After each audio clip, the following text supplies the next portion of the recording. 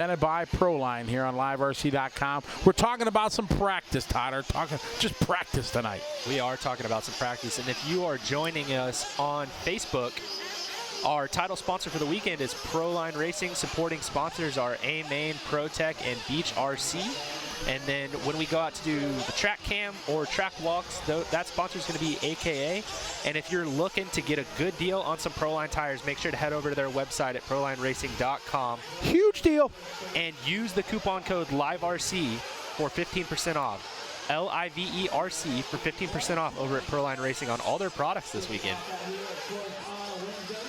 So next up, race number 39. That's going to be our last run of Pro Nitro Buggy, and it's going to be pretty close to the last run of the day. We have two more random heats just filled with guys who didn't get their transponder numbers in or signed up late, and that's going to be it for the day. Signed up late. Sounded like there were a lot of guys. I was talking to Jimmy and Kenny, Jimmy Babcock and Kenny Brosh, the race directors and announcers for the track here.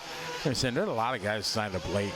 I feel like every year at this race, it's like that. I remember some of the stories when it was, 700, 800 entries, the queue on race day, half hour before start time, and just people there to sign up. Yes, sir. Oh, man. Yeah, the year that it was the worst, when it had the most entries, that was the year that I ran Open and Pro, and I raced at 1 in the morning and then at 8 in the morning. Because we ran Open, and then they said it was going to be too late, so we had to run Pro in the morning. And so I was the first up again. You just sleep in the pit? I mean, did you just... Pretty much nearly did that. So we are 145 in, 4:15 left to go, and our last Pro Buggy heat of the day. Watching along with Ryan Maifield. He's got his nighttime paint scheme, so instead of the dark blue, it's white. And he's going around the front section.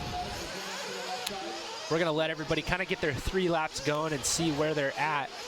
Joe Bornhorst is going to be the first one around, but not anything quite to write home about yet. Fought along for a little bit with Tessmann. And he's right behind Maifield. Todd, this is my first chance being able to work the DNC, and I'm usually overseas somewhere watching, and it's usually in Europe, it seems like, and I'm up in the middle of the night watching it. It's awesome, just under the lights.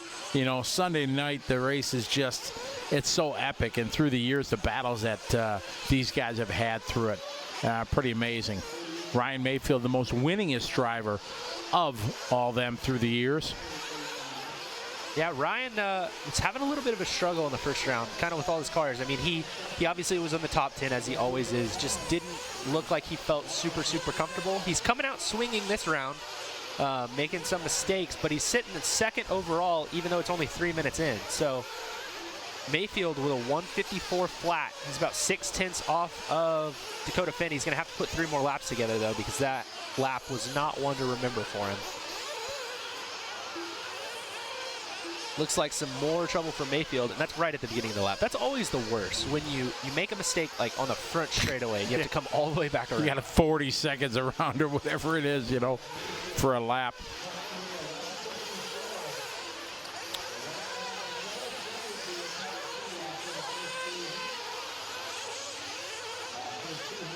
So we are still watching Ryan Maifield as he comes around.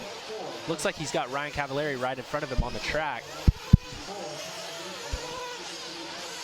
Now we're starting to see the top 3 times coming in. Maifield there with 114. There's your buddy with the good hair, Bornhorst. He had a 115. Tessmann 116. Jared Tebo 116. Cavalieri. Yeah, so Maifield and Bornhorst sitting second and third overall right now. Tessmann sliding up into the 5th place, or Mark Sousa now to the 5th place spot. Tessmann down to 6th. And we are testing out some new features tonight, as you can see every once in a while. You'll be able to see most of the drivers will have their pictures up there, as well as their chassis manufacturers at some point this weekend. We also plan on being able to show you all the countries where they're from, as well as their car manufacturers on the ticker. So got some new features that we're testing out and trying, especially tonight. we're kind of doing a dry run on what's going on. But There's the man with the good hair. There's Joe. And you can actually see his good hair. Yeah, he does look good. Exactly. Joe, a long-time racer, good guy. Big, tall, galoot-looking guy. He's got to be, what, 6'5", something like that? Yes. Yeah, he's like 6'6". huge. Yeah.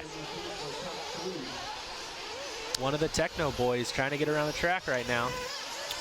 A lot of guys running techno, good representation here, especially a lot of the just regular customers too that were coming into the Proline studio here taking pictures for that new feature that we talked about. And a lot of guys proud to be running the techno brand.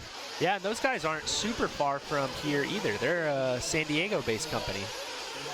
So What is that, probably 2 hours from here? I think so. Yeah. Following Tessmann along now. He is he's rolling around in 4th place in this run right now. He's slotted 6th overall. He's in kind of a pack of cars. They've got Bornhorst right behind him, Cavalieri right in front.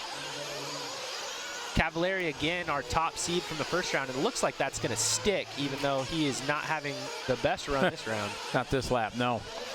More shout-outs to everybody watching here on LiveRC.com. We're excited to begin our broadcast, kind of unofficial broadcast for Tyler and I tonight. Just kind of getting things rolling. As he mentioned, some of the new features that you're going to be seeing, some information that pops up on the screen. Big shout-out to Kyle Kasurik enjoying the show. Good to have you following along.